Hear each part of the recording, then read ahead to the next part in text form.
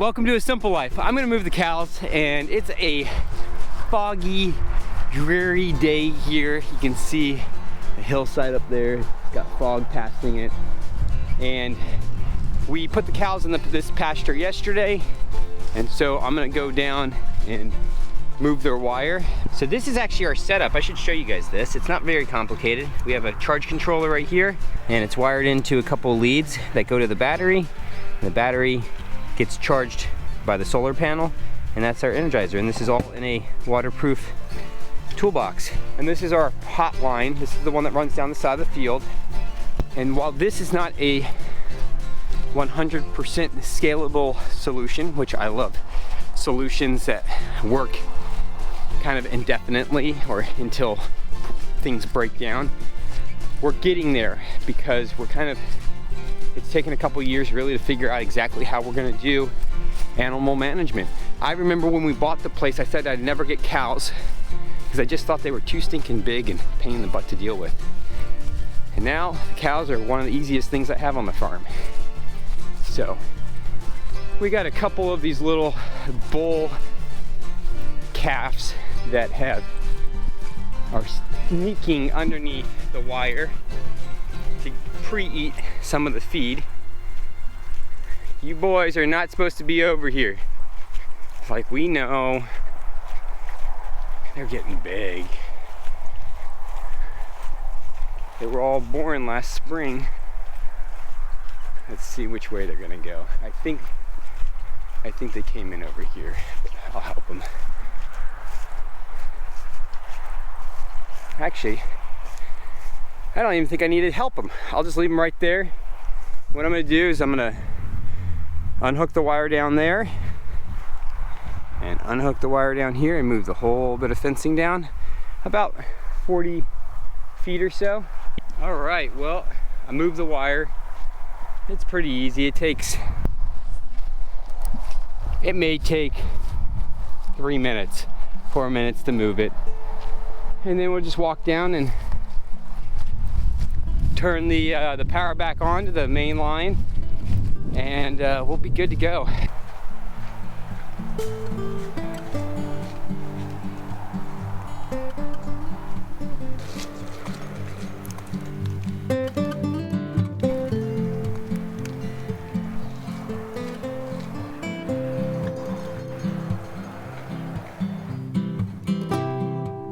I'm gonna walk you through the area that we're gonna put the fencing.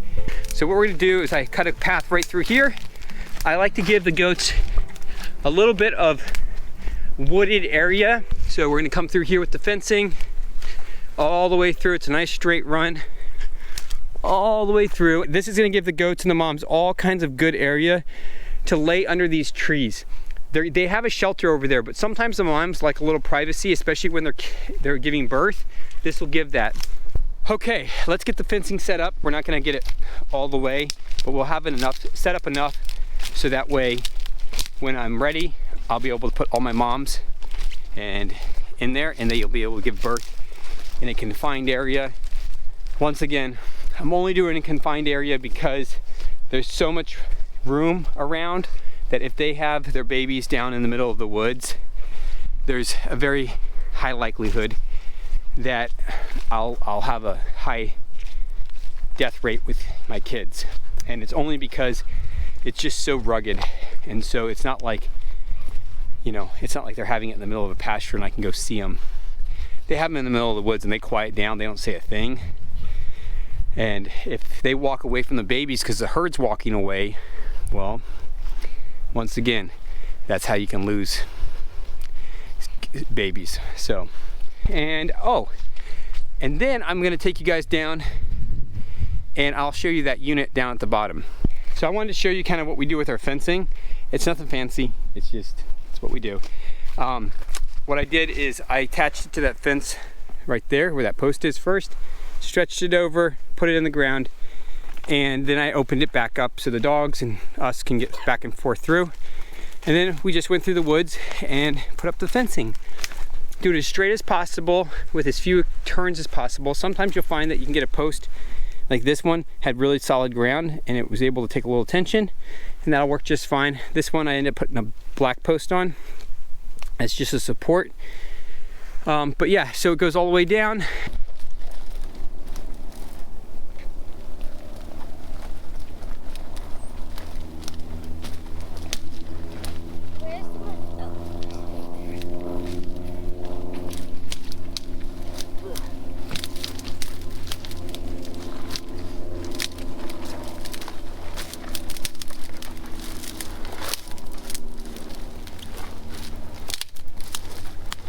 All right, so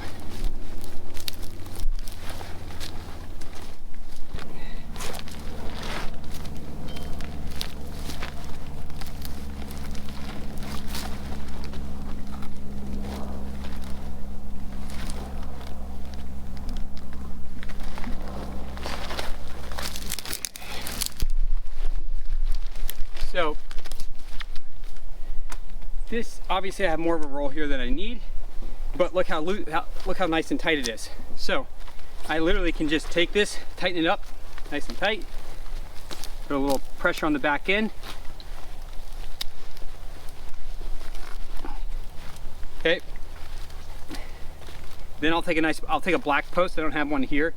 I'll take a black post and I'll anchor this to a black post over here, just like a tie down, like on a 10 or something. And I'll do that along here too.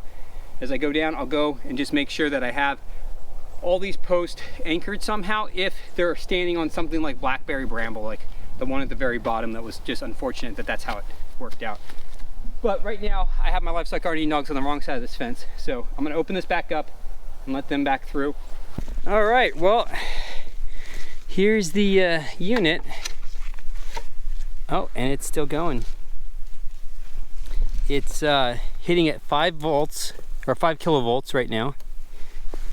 We are in winter, and this fence has been sitting here for 9 months. For 9 months, it's been sitting here unattended.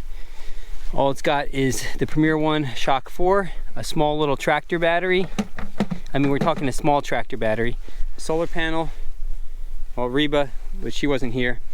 I'm gonna turn this off because I don't want her hitting it. Okay, and then we're gonna go check the rest of the fence to see if the rest of the fence, what it looks like down in the woods.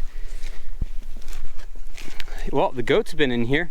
See, I pruned this back and they came in and ate all that back. So the goats have definitely been in here browsing. So it did its job, kept the goats in. There's one of the posts that has the invisible fence wire on it, and that's actually the property line. So that's actually the property line right there. So this is what a lot of this property looks like. What I'm showing you right here, which is steep, a lot of ferns, and dug fir, and some, you know, shrubby stuff like I think this is vine maple. That's definitely vine maple right there, the green. So a lot of that kind of stuff. A lot of dug fir and a lot of ferns.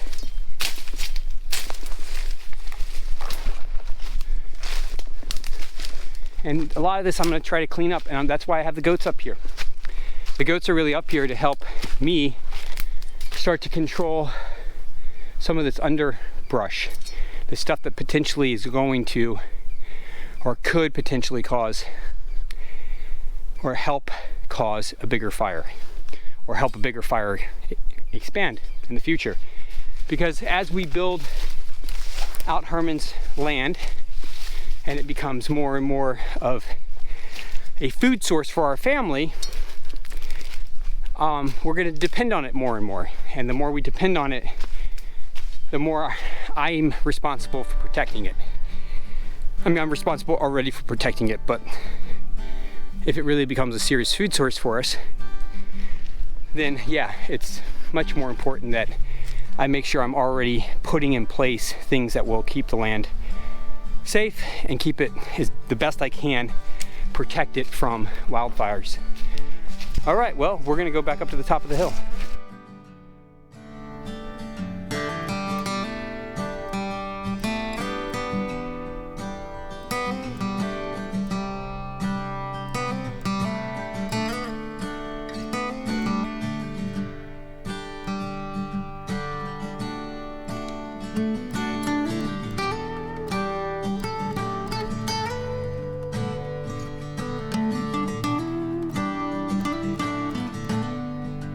I'm not gonna lie and say it's nice and warm out. It is frigid.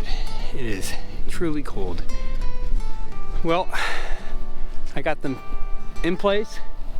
They're leveled. I got the tops cut off so I can put a beam on top of that. That'll span between either side of the hoops, or the hoop from the end. And we are done for the night. Thank you so much for joining us on this adventure. I appreciate all your support. God bless.